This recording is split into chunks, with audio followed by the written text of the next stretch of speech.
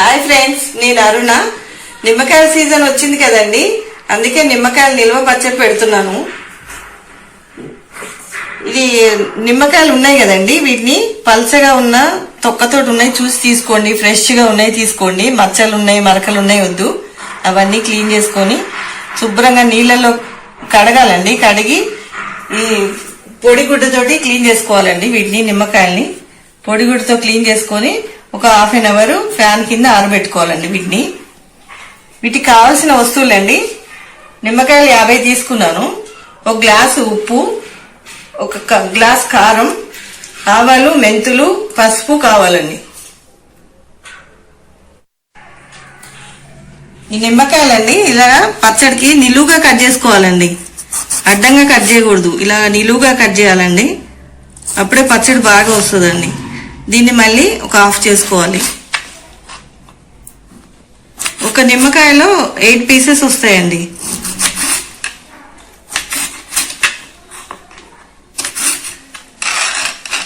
ఇంకొకటి కట్ చేసి చూపెడతాను.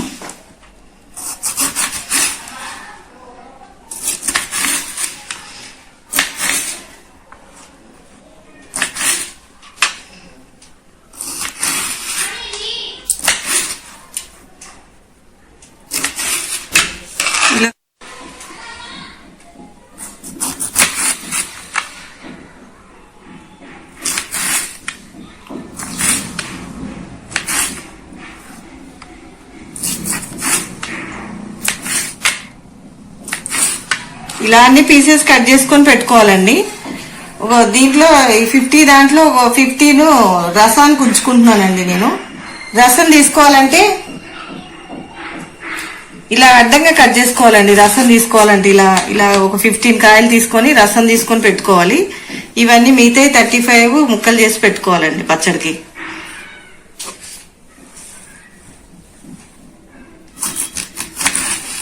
ఇలా కట్ చేసి పెట్టుకుంటున్నానండి. ఈ 15 పెట్టుకొని రసం తీసుకొని పెట్టుకోవాలి.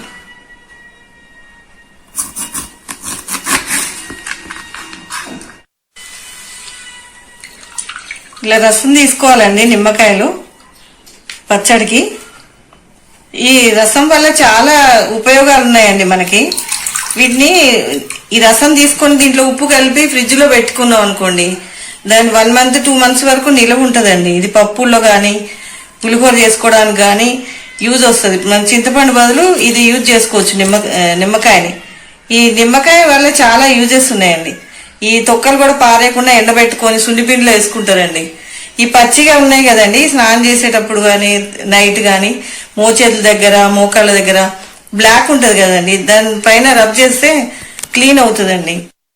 అంతేకాకుండా దీన్ని మార్నింగ్ టైము మనం ఒక నిమ్మకాయ ఒక చెక్క పిండుకొని గోరువెచ్చని నీళ్ళల్లో తేనె కలుపుకొని కూడా తాగితే ఎంతో ఆరోగ్యానికి మంచిదండి. ఇది ఇన్ని యూజెస్ ఉన్నాయండి ఈ నిమ్మకాయల వల్ల.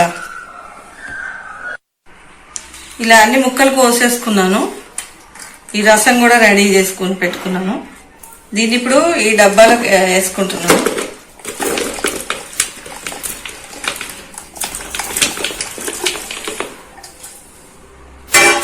దీంట్లో ఒక స్పూను పసుపు వేసుకోవాలి.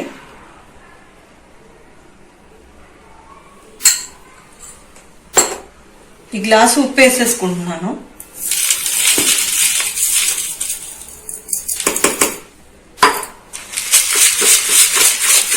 ఇది బాగా ముక్కలు పట్టించేసి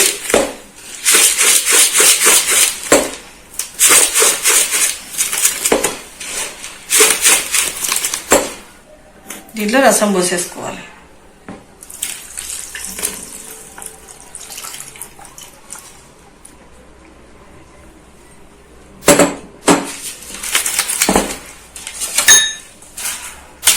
ఇది 3 days కి బాగా మగ్గిపోతుందండి. 3 days ఇది మూత పెట్టి ఉంచాలి.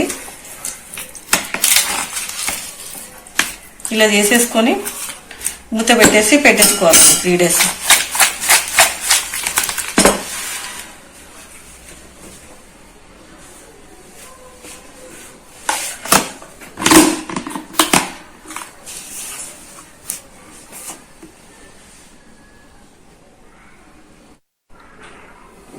చూద్దామండి. ఇది 5 days అయిందండి నిమ్మకాయలు పెట్టి. ముక్క బాగా ఊరిందండి. 3 days తర్వాత కూడా తీసుకోవచ్చు మనము. 5 days అయితే బాగా ఊరుతుంది ముక్క అన్నట్టు నేను ఉంచాను. దీన్ని ఇప్పుడు బౌల్లో కలుపుకుందామండి మనం.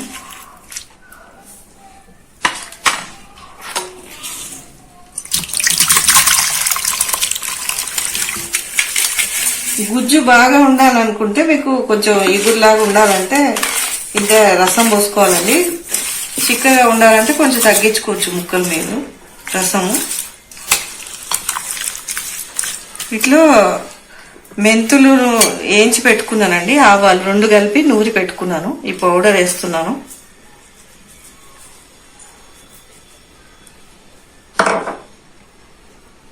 ఈ కారం చూసుకుంటూ కలుపుకోవాలండి.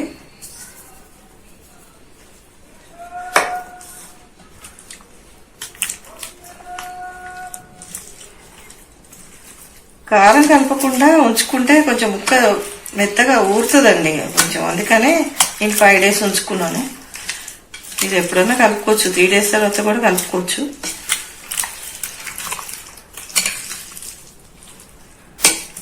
కలిపేసుకొని ఉప్పు కారం సరిపోయిందా చూసుకొని ఇది మొత్తం వేసేసానండి గ్లాసు. ఇది కలిపేసేసుకొని ఒక జార్లోకి పెట్టేసుకోండి. ఇలా గ్లాస్ జార్ అయితే మీకు నిలువ ఉంటుంది, తడి లేకుండా చూసుకొని పెట్టుకోండి. మనకి ఎప్పుడు కావాలంటే అప్పుడు కొంచెం తీసుకొని తాలింపు వేసుకోవచ్చు. దీంట్లో పెట్టేస్తున్నానండి.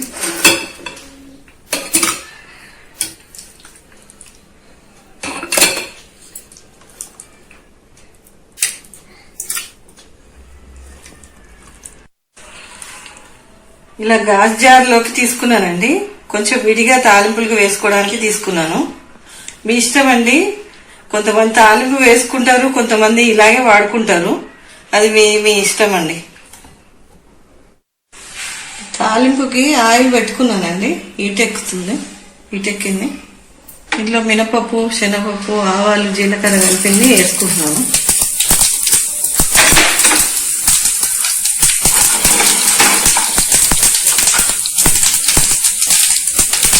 ఎండుమిర్చి వేసుకుంటున్నాను.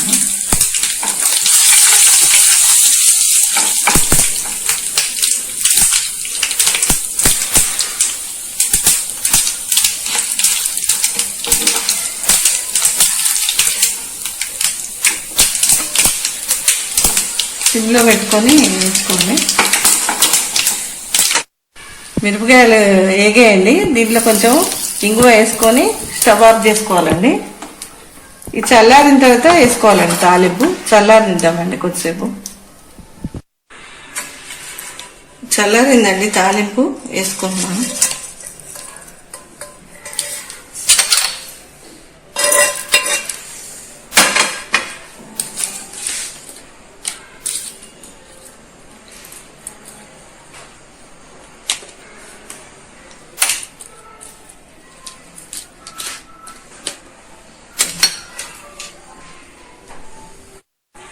అందరికీ నోరూరించే నిమ్మకాయ పచ్చడి రెడీ అయిందండి.